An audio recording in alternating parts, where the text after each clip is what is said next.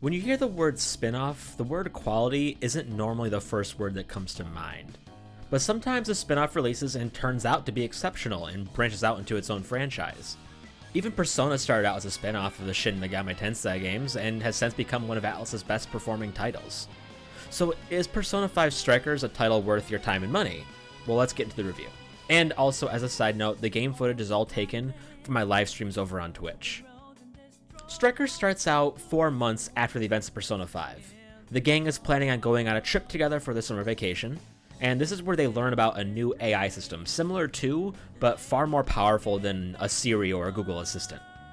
This AI is called Emma, and the group uses it to assist with procuring camping preparations. And after splitting into groups to find everything they need, you and Ryuji happen to come across an event for the up-and-coming idol Alice Hiragi. Apparently, Emma also operates as a sort of social system where people can add one another on Emma using a code word for each person. Alice hands out cards containing her Emma code word to random people at the event, and you just so happen to receive one of those cards. And because Ryuji is Ryuji, he is also super into Alice and insists on adding her on Emma. After inputting the code word, you, Morgana, and Ryuji are transported into a metaverse-like version of Tokyo. Others who added Alice's code word are there as well and have gem-like items stolen from within them by shadow-like beings. After being surrounded by these shadows, this is when the combat starts, and you're somehow able to use your persona. But after defeating Yaldabaoth and destroying the metaverse in Persona 5, it shouldn't be possible to summon a persona. Well, I mean, if you've played Royal, you know that the metaverse never really seems to be destroyed, so it's not surprising that the persona antics are back. Anyway, after getting ambushed, you are then thrown into a dumpster upon Shadow Alice's orders. It is then that you meet one of Striker's new characters, Sophia, and when I first saw her, my initial impression was, there's already a lolly in our game. But as the story went on, Sophia slowly became one of my favorite characters, thanks in no small part to Sophia's shop, which is one of the best menus I've ever seen in my entire life. Also, Sophia is crazy adorable sometimes. Sophia is a sentient AI who exists in physical form in the metaverse but lives in Joker's phone in the real world. After meeting Sophia, she assists the trio with escaping from this realm, and once you return to the real world, you inform the rest of the group about your experience. Turns out this place is called a jail. Well, similar to palaces in Persona 5, there are a few key differences. Jails actually have an effect on more than just the jail owner, or monarchs as it's eventually referred to. Jail monarchs steal the desires of those that enter the monarch's jail, and make the person start to obsess over the monarch in the real world. It's the Phantom Thief's job now to dethrone the monarch and return the desires back to the original owners. There are small intricacies to how the jails work, like how you have to defeat a mini-boss, the warden, of the jail first. Also, each monarch has some kind of past or current trauma that you need to confront in order to gain access to the monarch's location. A calling card also still needs to be sent to the monarch, and these calling cards are pretty much all memorable and amazing.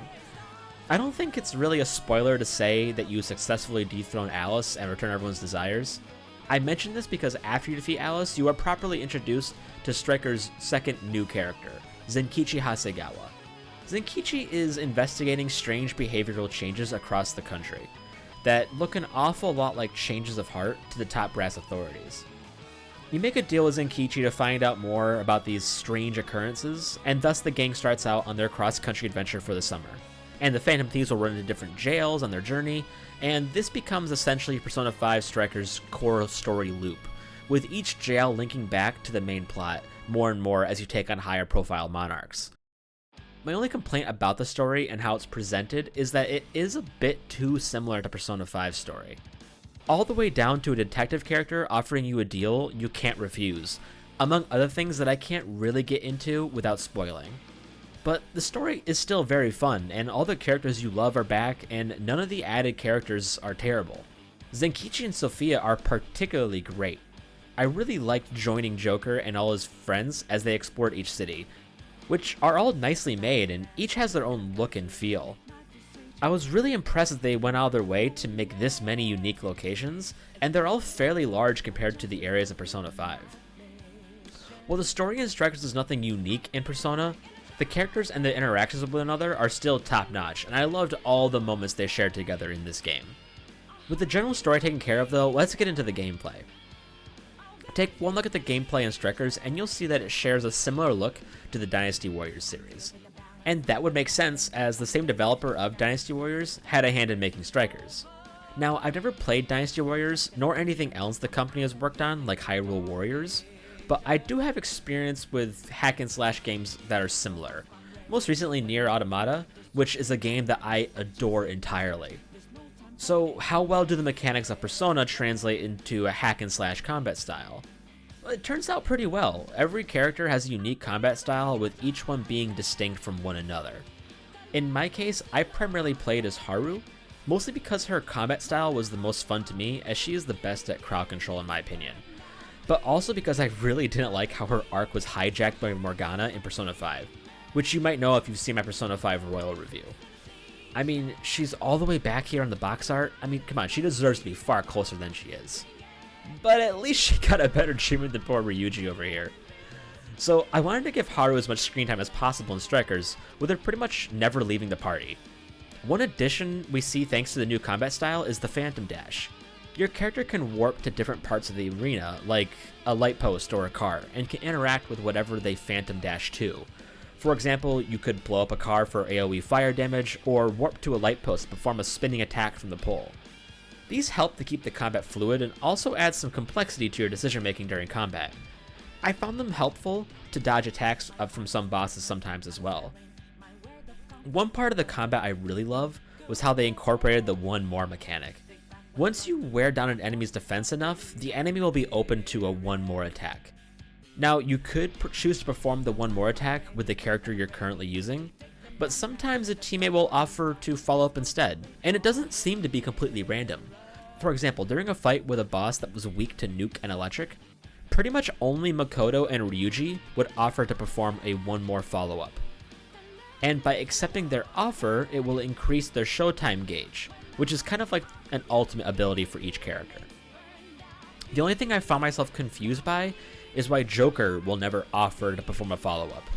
Since I actually rarely played as Joker, there were a few things I noticed about how Joker operates differently from the others when in his NPC status. For example, unlike other characters, Joker will never expend his SP. So if you want Joker to heal, you'll need to swap to him, then use the healing ability, and then swap back. I get that Atlas intended for you to play as Joker the most, and I'm sure most will, so I don't really see it as a big deal, but I wouldn't have minded if Joker had a bit more agency when he isn't the player character. Overall though, the combat is still immensely satisfying, and pretty much all the bosses are fun and unique. I can only recall one main boss I didn't really like all that much, and there was one mini boss that I really didn't like, mostly thanks to the type of minions this boss summoned. Stop throwing snowballs at me! Fucking Christ, stop! What the fuck? There was also one boss that I absolutely loved. I think it might be one of my favorite bosses of all time, really. That being said, there were a few things about the gameplay in the jails that I didn't enjoy though. One bit is how characters act when you aren't playing as them. I used Makoto a lot in my game because her heals were pretty good while also having great damage output. When I found myself low on HP, I would have to wait a very long time though just for Makoto to grace me with one of her healing abilities. At times I would just swap to her and use the ability and then swap back. Maybe if there was some way to tweak a character's playstyle to your liking, like maybe setting the character to prioritize healing or something like that. But it's not like you'll ever find yourself unable to heal, because you'll probably end up with hundreds of healing items like I did. The main difference in healing during combat in Persona 5 compared to Strikers is that healing in combat in Persona 5 was limited to one per turn. But in Strikers, there's no limit to how many healing items you can use at a time during combat. This makes it pretty easy to avoid death, unless you employ self-imposed restrictions. The thing is that healing items are just far too cheap and plentiful. Shops restock very often, Sophia's shops will have sales that make valuable items incredibly cheap, and you can cook a lot of healing items with no limit to how many you can cook at once. The only thing keeping me from using healing items all the time was that pausing the game to heal yourself really grinds the pace of combat to a halt. Maybe allowing you to hotkey a healing item would have helped with that problem. Another thing that could have used some work was the sneaking. Sneaking around and ambushing enemies pretty much operates the same way as it did in Persona 5. One thing I found irritating about it is that enemies don't really chase after you once you're spotted like they do in Persona 5. So you'll run past an enemy, get like 50 feet away before the game stops you, and then the shadow melees you from 20 feet away, and now the enemy has the advantage.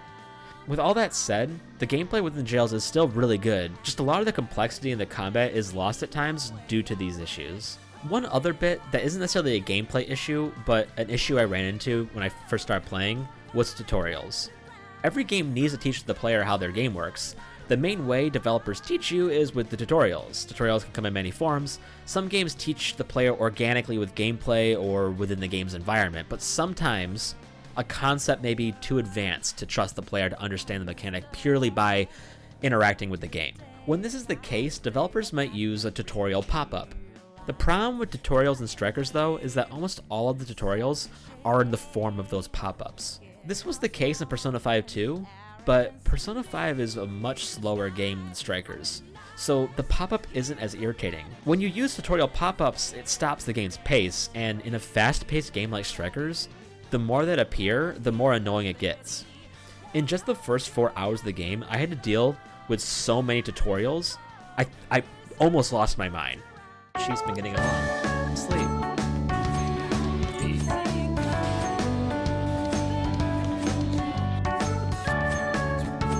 Up down. Tutorial.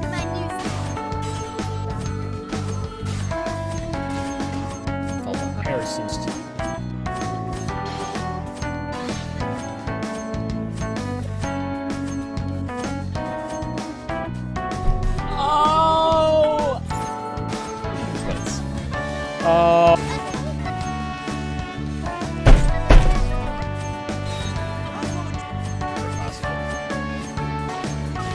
We already knew this!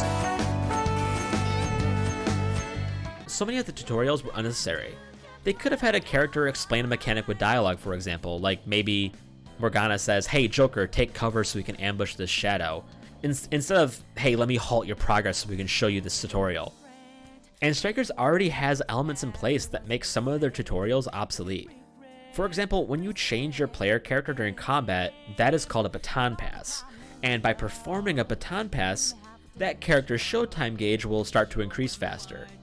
And it says so in the form of some brief text that appears during the baton pass. It says exactly, showtime gauge increases faster. And that's all I need to understand how the baton pass works. And this isn't the only similar case, but I can't go into all of them. Just be prepared for an excessive amount of tutorial pop-ups in the beginning of the game. I wanted to touch on the Velvet Room as well, and how it compares to the Persona 5 Velvet Room. As we know, Joker can use multiple personas at once, and most of the high-level personas are unlocked by fusion in the Velvet Room. One thing I mentioned in my Persona 5 Royal review was that it was really easy to fuse high-level personas early, thanks to the ability to purchase the right to fuse personas higher than your current level. Now, this isn't the case in Strikers, but it may have been overtuned the other way. You can't fuse a persona that's higher than your current level, but you also can't create a persona unless the personas you're fusing are a certain level. And that's the problem. Let me give you a quick example. I really wanted to create the persona Metatron, because a boss I was going to face was weak to blast damage. One of the personas Metatron requires is a level 60 Archangel, and at the time, my Archangel persona was only level 22. Which would make sense because in Persona, you're never meant to hold onto a persona for any longer than you need to. In Strikers, there are only 2 ways to level up your persona. You use it in combat, or you use the new persona points, which can be earned when collecting personas or dismissing currently equipped personas. But after going through a whole jail and dismissing all of my high-level personas, I was left with 410,000 persona points. And with that, I could level up just 15 times. That was it. And the amount required to level up increases exponentially as the persona level increases. But even grinding for XP in combat isn't worth it. I tried this out with a level 63 persona, where I ran through the second to last jail twice and took on 2 optional late game bosses. And the persona didn't even level up 1 time.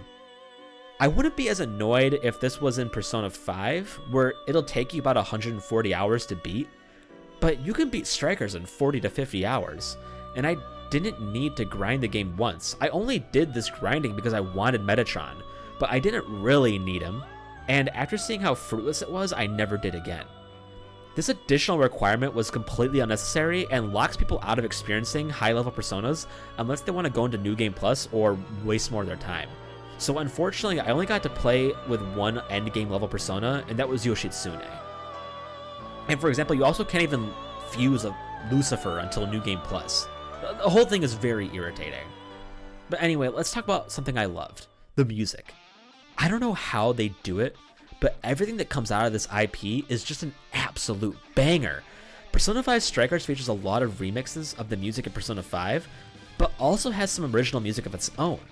The music in Strikers is much higher octane, with a lot more rock tracks featuring intense drums and shredding guitar, which is fitting for a faster hack and slash gameplay style. This is apparent when you listen to one of the remixes, such as the remix for Last Surprise.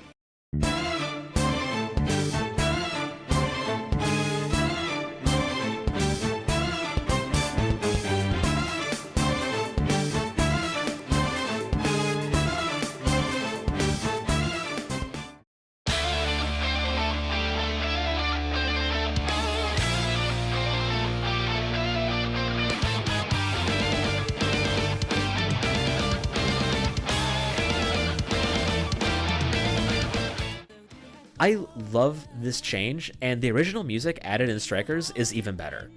One thing I did find interesting was the composer for Persona 5, Shoichi Meguro, is not credited as such in Strikers, though he is credited as a sound director. Instead, the credit for the composers goes to 3 different people: Atsushi Kitajo, Gota Masuoka, and Ayana Hira. Atsushi Kitajo is the only one of the 3 to have previous experience in the Persona series. In Persona 5, he primarily worked on the smaller themes like the Big Bang Burger March and the tune played during Tanaka's Shady Commodities. I hope we can see more of him though in the future because as far as I'm concerned, Kitajo can make some fantastic music that can match and sometimes exceed the quality of Persona 5's music. Kitajo is credited for his work composing the songs What You Wish For and Axe to Grind. Axe to Grind notably being probably my favorite song from him.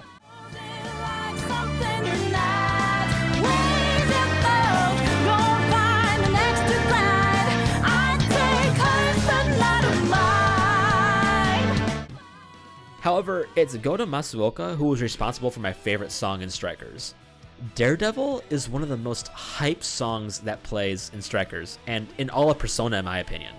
Daredevil notably plays once you have secured a route to the boss, and Daredevil is the perfect tone for a pre-boss song to get you excited for the upcoming battle.